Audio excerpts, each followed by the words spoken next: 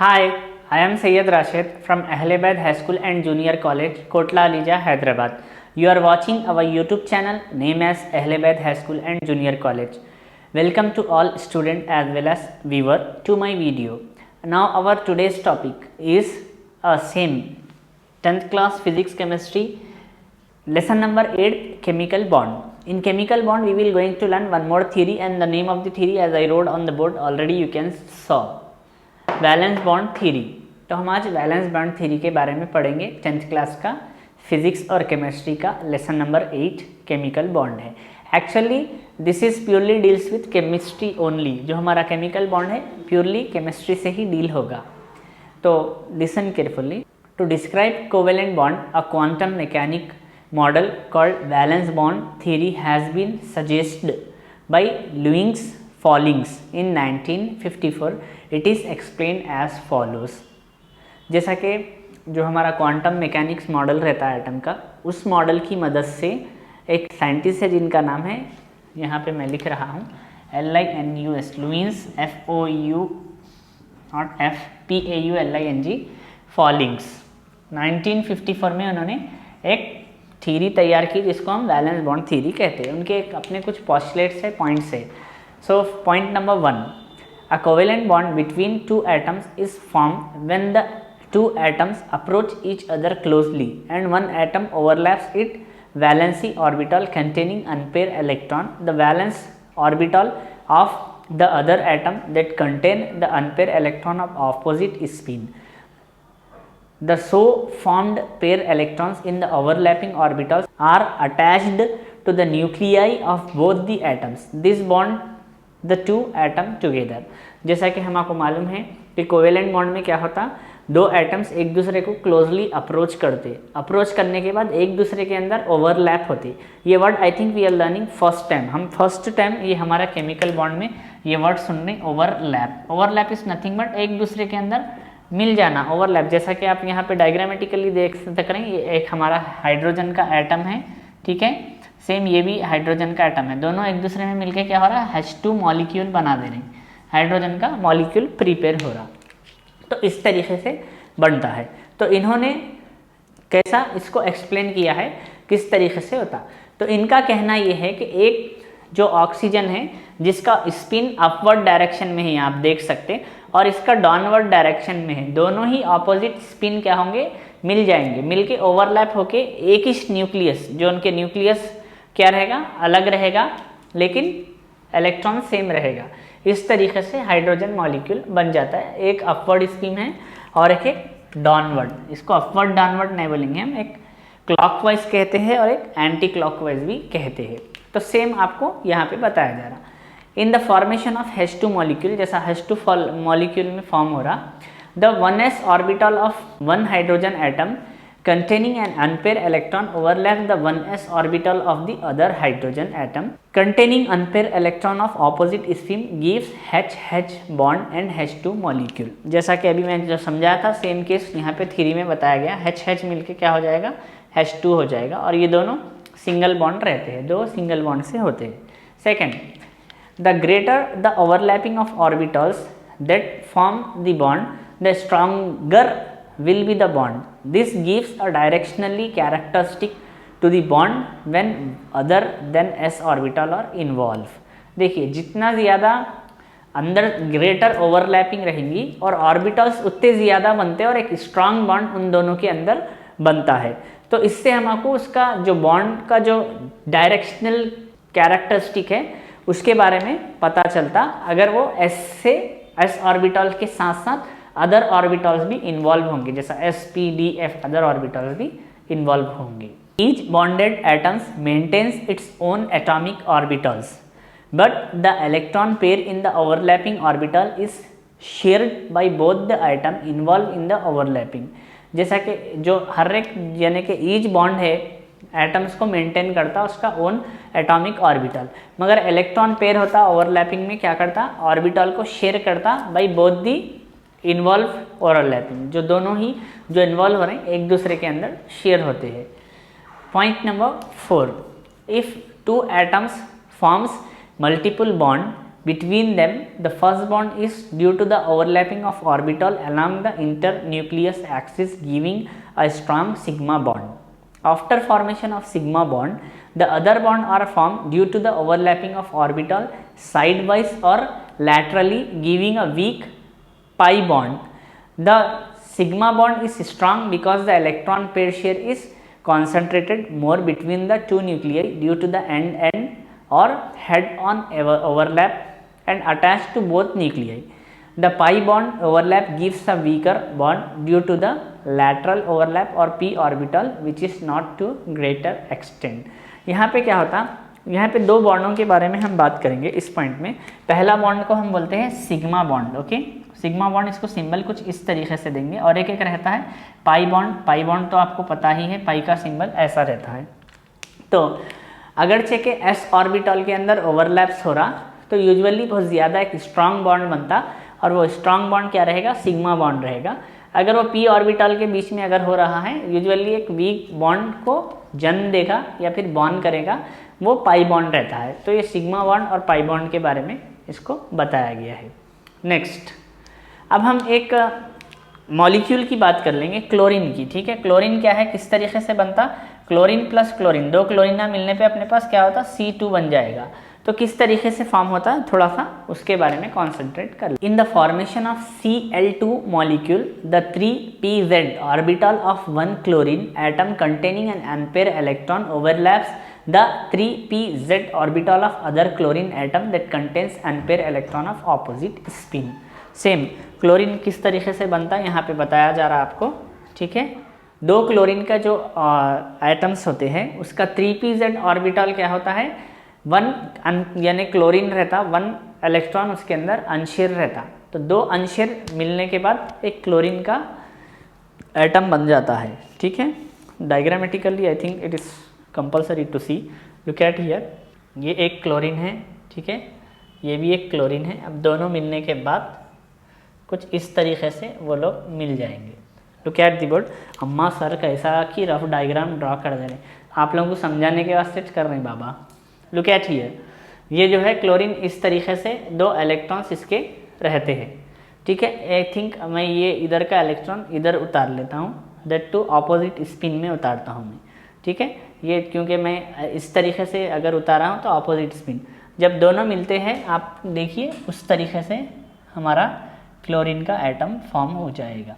Okay, hope you understood. How is HCl molecule form. अब ये तो हो गया आपका क्लोरीन का. तो HCl जो मॉलिक्यूल है हमारा, हाइड्रोजन क्लोराइड कहते हैं, वो किस तरीके से फॉर्म होता. The first orbital of hydrogen atom containing unpaired electron overlaps the 3p orbital of chlorine atom containing unpaired electron of opposite spin. तो जो फर्स्ट ऑर्बिटल रहता हमारा हाइड्रोजन का, जिसके अंदर एक अनपेयर इलेक्ट्रॉन है, वो ओवरलैप होता 3p ऑर्बिटल क्लोरीन से और इस तरीके से उन्हें HCl हाइड्रोजन क्लोराइड मॉलिक्यूल बनता. Now student, I will going to place to formation like formation of nitrogen and formation of oxygen molecule on your screen. You need to read it once and try to understand. If you have any doubt in that, you can ask me online class. Now the time to see the formation of nitrogen and oxygen molecule on your screen.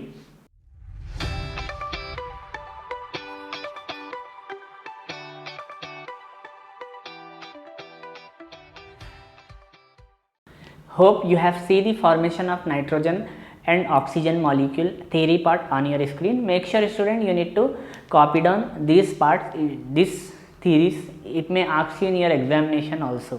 आपके examination भी में भी पूछ सकता. आप याद रखिए, रख के आप पहले वो लिख लीजिए, उसके बाद याद करिए. नेक्स्ट कॉन्सेप्ट है हमारे पास हाइब्रिडाइजेशन नाम का एक कॉन्सेप्ट है. Okay, actually this concept hybridisation is available in your reader like in 8th lesson like chemical bonding as well as in carbon compound. So as of now I will just explain this concept hybridization in detail completely in our 12th lesson. Okay, as of now I am keeping this concept for our 12th lesson. ऐसी बात नहीं है कि sir hybridisation नहीं पढ़ा रहे हैं ये लेसन में, बिल्कुल पढ़ाऊंगा स्टूडेंट. वो 12th लेसन में मैं पूरा completely हाइब्रिडाइजेशन का पूरा टॉपिक पढ़ा देता हूँ. ठीक है, now the time to close our 8th lesson. 8th lesson ख़त्म करने की बारी आई है अपनी. ठीक है, तो कुछ और चीज़ें हम 8th लेसन में पढ़ के क्लोज करेंगे. ओके, अभी मैं आपको एक टेबल आपके स्क्रीन पे लगाता हूँ जिसको हम property of ionic and covalent bond कहते हैं। फिर उस टेबल के बारे में थोड़ा सा बात करके पूरा लेसन हम खत्म करेंगे। Okay, now the time to see the table on your screen. Hope you have saw the table from the screen. So from the above table we understand that ionic compound like sodium chloride are solid at room temperature. Polar compounds like HCl possesses properties like melting point, boiling point, reactivity, solubility, etc. Between those of ionic compound and covalent compound, if the covalent bond is between atoms of two different elements, the shear electron pair shift more towards the atom of more electronegativity element. Thus within the molecule the more electronegativity atoms bear a partially negative charge and the less electronegativity atom bears a partially positive charge.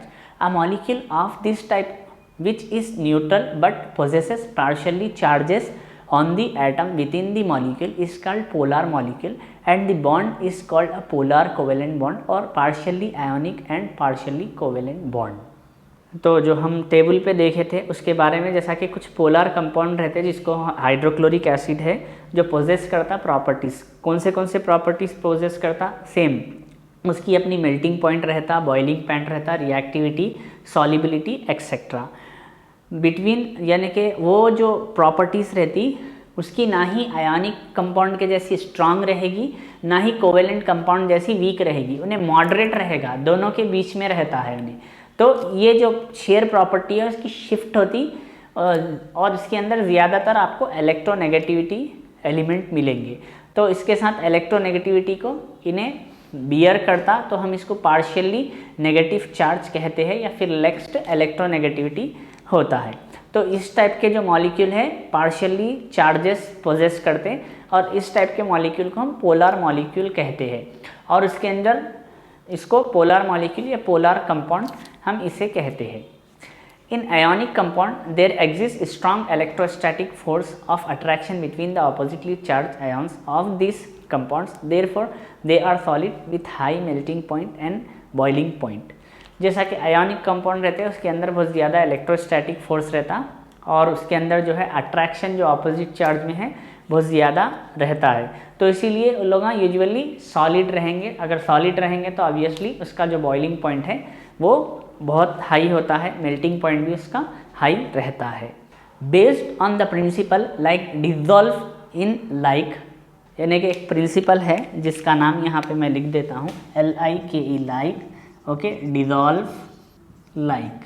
तो ये principal क्या है, like dissolve in like, ठीक है। तो इस type के principal क्या रहते हैं, दे बिगेन हाईली पोलर, तो ये क्या रहते हैं बहुत हाईली पोलर रहते हैं, सॉल्युबल इन पोलर सॉल्वेंट, ये पोलर सॉल्वेंट के अंदर सॉल्युबल रहते हैं। In chemical reaction of solution of ionic compound simply rearrangement of ions take place in the solution, the reaction are instantaneous और वेरी फास्ट। इस type के compound में क्या रहेगा, जो रिएक्शन होता है वो बहुत फास्ट रहेगा और इंस्टेंटेनियस रहता है। The force of attraction among covalent molecules are weak, therefore the covalent compound are gaseous or liquid at room temperature, they have low melting point and low boiling point. Based on the principle that like dissolve like, based on the principle like dissolve in like, these covalent compound are soluble in non-polar solvent because of non-polar nature of solvent molecule. In chemical reaction of covalent compound they exist bond breaking and the bond forming to get products, therefore these reactions are moderate or very slow. Like dissolves in like means what type of chemical bond are there in the solute particles, that solute could be soluble in that solvent which has the similar type of chemical bond in the molecules. जो covalent molecule है उनके अंदर जो force of attraction रहता है वो week रहता, तो उस वजह से ये जो कोवेलेंट मॉलिक्यूल है यूजुअली गैसियस या फिर लिक्विड रहेंगे रूम टेम्परेचर पे और इनका जो मेल्टिंग और बॉइलिंग पॉइंट है वो भी लो रहेगा। और प्रिंसिपल है हमारे पास जो लाइक डिजॉल्व इन लाइक, इस प्रिंसिपल के बेस के ऊपर जो है कोवेलेंट कंपाउंड सॉल्युबल होंगे और नॉन पोलर सॉल्वेंट में, यानी कि ये जो होते हैं सॉल्युबल किस में होंगे, नॉन पोलर सॉल्वेंट में रहते, बिकॉज जो नॉन पोलर सॉल्वेंट का जो नेचर ऑफ मॉलिक्यूल रहता केमिकल रिएक्शन पे डिपेंड करता, और इसमें इस टाइप के बॉन्ड्स और प्रोडक्ट बनते हैं। और ये जो रिएक्शंस रहते हैं वो बिल्कुल ही स्लो रहेंगे या फिर मीडियम रहेंगे, यानी कि फास्ट रिएक्शंस नहीं रहते। तो ये हो गया हमारा केमिकल बॉन्ड।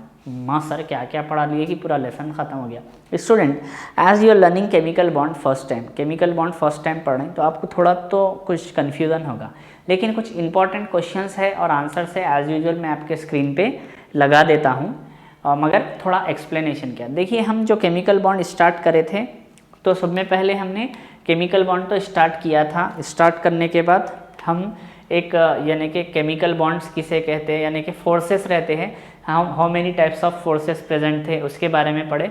फिर मेन हमारी थ्योरी स्टार्ट हुई थी, ठीक है, लुईस डॉट स्ट्रक्चर को लेके। फिर उसके बाद हमने लुईस का और कोशियल के 2 बॉन्ड्स पढ़े थे, ठीक है। लुईस ने मेनली निकाला था कोवेलेंट बॉन्ड, ठीक है, और कोशियल ने काम किया था आयोनिक बॉन्ड पे, उसके बारे में हम डिटेल पढ़ लिए थे। इसको हम इलेक्ट्रॉनिक थ्योरी ऑफ वैलेंस कहते हैं। फिर उसके बाद हमने ये थ्योरी के बाद हमने नेक्स्ट थ्योरी पढ़ी थी, वेस्पर्ड नाम की थी, VS valency shell electronic pair repulsion theory, VSEPRT, ये थ्योरी पढ़े थे। उसके बाद हमने वैलेंस बॉन्ड थ्योरी की तरफ गए, इसमें डिफरेंट डिफरेंट मॉलिक्यूल्स के शेप कैसे होते हैं, किस तरीके से बनते हैं, ये पूरा हमने पढ़ा था। लेकिन इसमें फ्यू इंपॉर्टेंट क्वेश्चन है as per your examination point of view. And one more thing I'd like to inform, I kept the hybridisation topic for your 12th lesson carbon compound के लिए मैंने छोड़ दिया था। अभी आप क्या कीजिए स्टूडेंट, जो मैंने केमिकल बॉन्ड्स पे लेक्चर दिए थे वो थोड़े से लेक्चर्स सुनिए, और यहाँ पे आपको थोड़ा सा रीडर और वर्कबुक की सपोर्टिंग की ज़रूरत होती है।